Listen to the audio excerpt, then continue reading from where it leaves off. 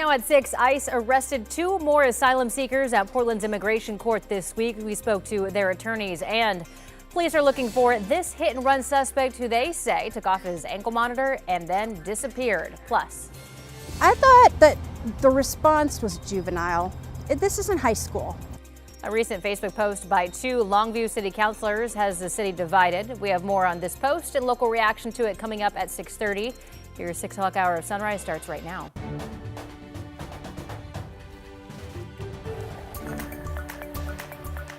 Good morning, and thank you for joining us on your Wednesday. I'm China Green. Meteorologist Chris McGinnis is here with a look at your weather and traffic. Chris? And it is spectacular. Yeah, we've got that to get us through the next couple of days. Some really comfortable weather setting up shop here over the next few days. 52 last check, by the way, at PDX. Elsewhere across the region, I do want to point this out. We do have some thunderstorms rocking across portions of Lake, Harney, and now Grant counties this morning. Over the last 3 hours, look at the prolific lightning display here. And of course, this is a concern because lightning is a possible fire starter.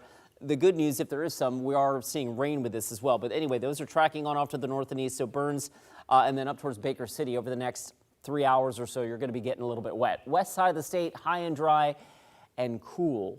Our forecast today, how about upper 70s instead of those mid 90s that we saw earlier in the week? Partly cloudy this afternoon.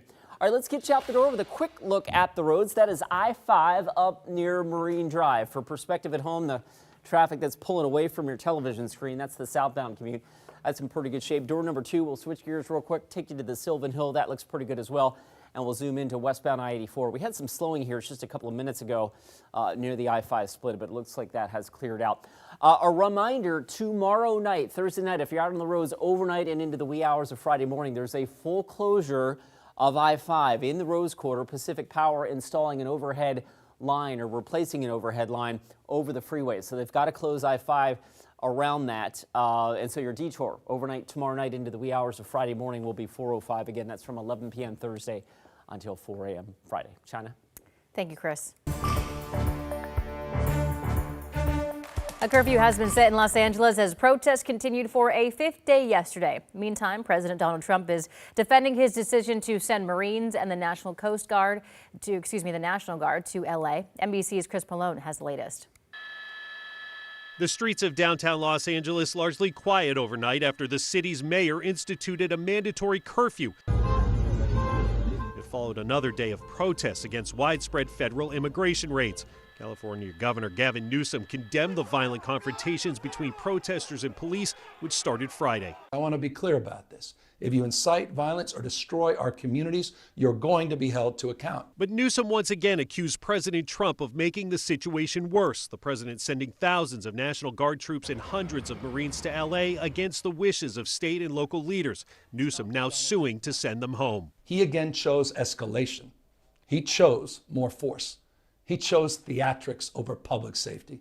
We do not want our streets militarized by our own armed forces, not in LA, not in California, not anywhere. Speaking to soldiers in North Carolina, President Trump defended the deployments. If we didn't do this, Los Angeles would burn. It would be burning to the ground right now, just like the houses burned to the ground just a few months ago. On Capitol Hill, Democrats pressed Defense Secretary Pete Hegseth on the price tag for the National Guard deployment. Could the Secretary please address the budget? Thank you.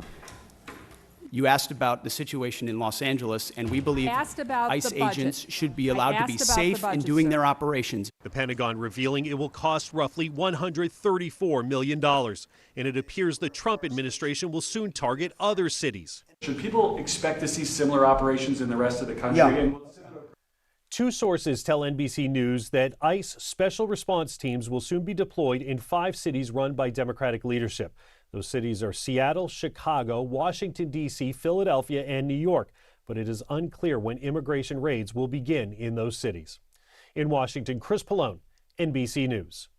Here in Portland, 2 asylum seekers were arrested in immigration court yesterday. The lawyers intervened to prevent the men from being moved out of state. Sunrise reporter Thomas Schultz joins us in the studio with more on this. Thomas. Hey, China, good morning. And those attorneys say the 2 men from Ecuador and Venezuela were complying with the legal process and showing up for their scheduled court hearings.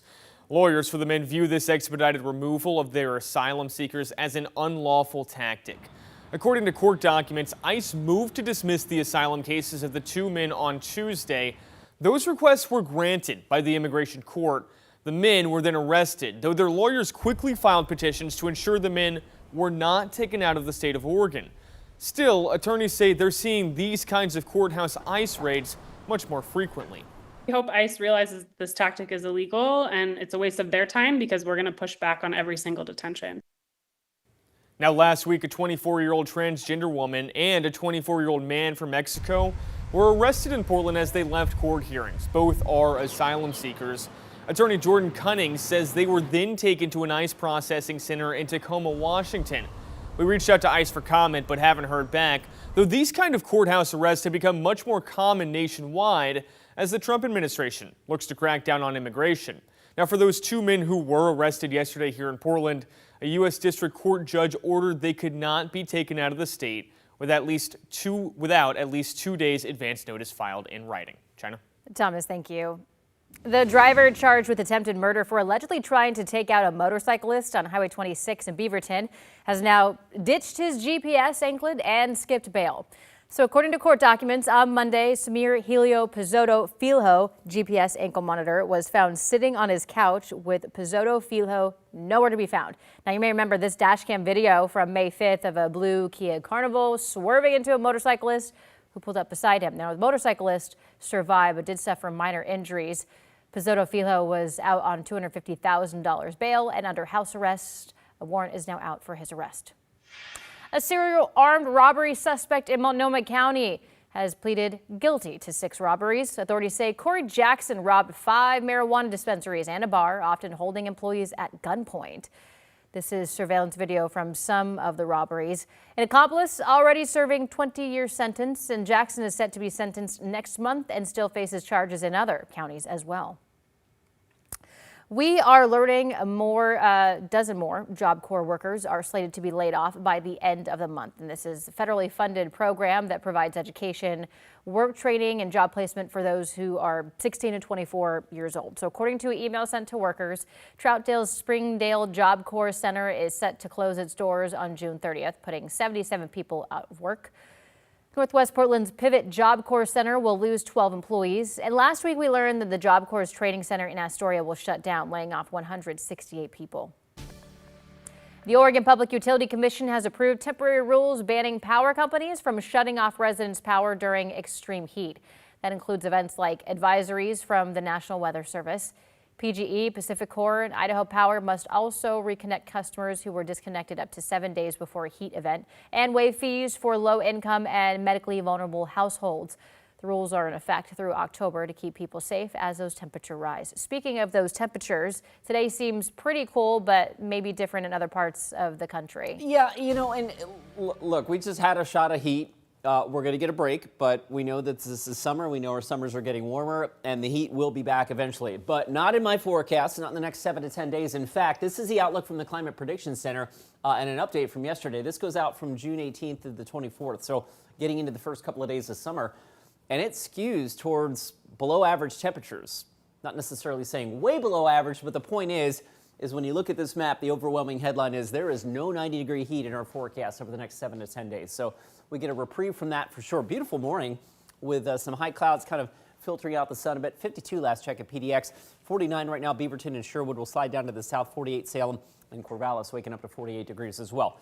There are some pretty good thunderstorms popping across south central and southeastern Oregon this morning across Lake and Harney and Grant counties. And look at all the little lightning indicators on here. These have been prolific lightning producers over the last 3 hours. Lightning, of course, bad because obviously it can create fires, but there is some good news in that we are also getting rain with these showers and thunderstorms as they push on off to the north and east, and they will. So burns are going to be on and off wet here for the next couple of hours.